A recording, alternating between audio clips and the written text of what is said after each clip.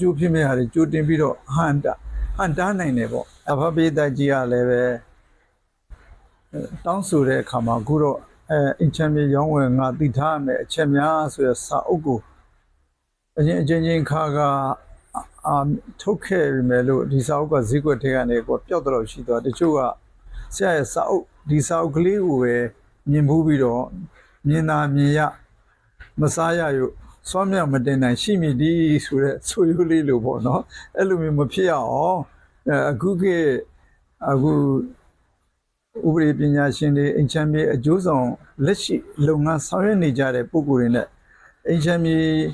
ရောင်းမယ်ဝယ်မယ်ပေါ့နော်ငှားရမ်းမယ်ဆိုတဲ့ပုဂ္ဂိုလ်တွေအတွက်ဒါမရှိမဖြစ်လိုအပ်တယ်ဆိုတော့ဒုတိယအကြိမ်ကိုမကြခင်မှာဆရာထုတ်ပါတော့မယ်ထုတ်ဖို့လဲစီစဉ်နေပါတယ်နော်အဲ့ဒါအားကြောင့်လို့အခုထုတ်မဲ့စာအုပ်မှာလည်းပဲသာသနာအရင်စာအုပ်တွေပို့ပြီးတော့မှပိုပနာရအောင်ပေါ့နော်အနာခန့်ညာလည်းဖြစ်အောင် fashion စပွဲလည်းဖြစ်အောင်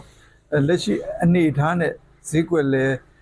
အတွင်းမှာကိုက်ညီအောင်ပေါ့အဲ့ဒါဥမာပေါ့နော်အိမ်ချမ်းမြေကျိုးဆောင်တွေဆိုအိမ်ချမ်းမြေကျိုးဆောင်နဲ့ပတ်သက်လို့တွေအုပ်ချုပ်ရေးဦးစီးဌာနနဲ့တွေဥစ္စာထုတ်ပေးထားတယ်ပေါ့နော်အဲ့လမ်းညွှန်ချက်တွေညွှန်ကြားချက်တွေဒါတွေကိုလည်းပဲအနည်းဆုံးဒီအင်ချမ်းမြေကျိုးဆောင်တွေလေ့လာနိုင်အောင်ဆိုပြီးဆရာဒါလေးကိုထည့်သွင်းထားပါတယ်နောက်ကစာရုပ်စာတမ်းနဲ့ပတ်သက်လို့ဆိုလို့ရှိရင်လည်းစာရုပ်စာတမ်းက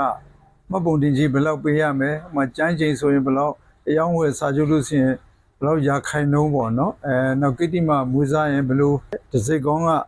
300ရန်ကမှလား900ရန်ကမှလားဒီပေါ်မှာပါစနစ်ရတစ်စိတ်ကောင်းဘယ်ဝယ်ပြီးချုပ်ရမှာလဲပေါ့နော်ရှင်းနေရှေ့ရမပါတော့လည်းပဲဒီနှုံးသားတွေကိုကြည့်ဖြစ်ပဲမိမိကိုယ်တိုင်သွားပြီးတော့စာချုပ်ချုပ်လို့ရတယ်မှတ်ပုံတင်လို့ရတယ်အမည်ပြောင်းကိစ္စတွေပါဆက်လက်ဆောင်ရွက်လို့ရအောင်ဆရာဆောက်ထဲမှာပြည့်စုံထပ်မှန်ပြီးတော့ဖော်ပြထားလို့အားပေးကြပါဦးဆရာဈေးနှုန်းကဘယ်လောက်ရှိလဲခင်ဗျဟိုစက်ကူဈေးလည်းတက်တယ်ကြားတော့လေဆရာတော့ဈေးနှုန်းကတော့1000ခွဲတဲ့တော့ပို့ပြီးတော့မရောင်းပါဘူးအဲ့ဒါဆိုလို့ရှိရင်တော့သာဘာပြေတက်လဲဘာနေနဲ့ဆရာကဒီထဲမှာ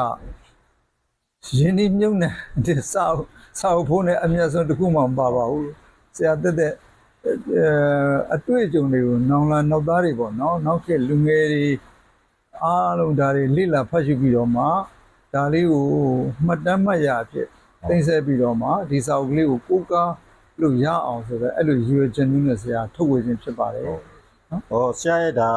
ဆရာကိုပိုင်တိုက်ဖြစ်တဲ့ဒီမောင်ကောင်းပြီစာပေရပဲထုတ်မှာပေါ့နော်ဟုတ်တယ်ဆရာအဲ့လိုစာပေနေနေဆိုတော့ဒါကဘယ်နှအုံမြောက်ဖြစ်မလဲဆရာ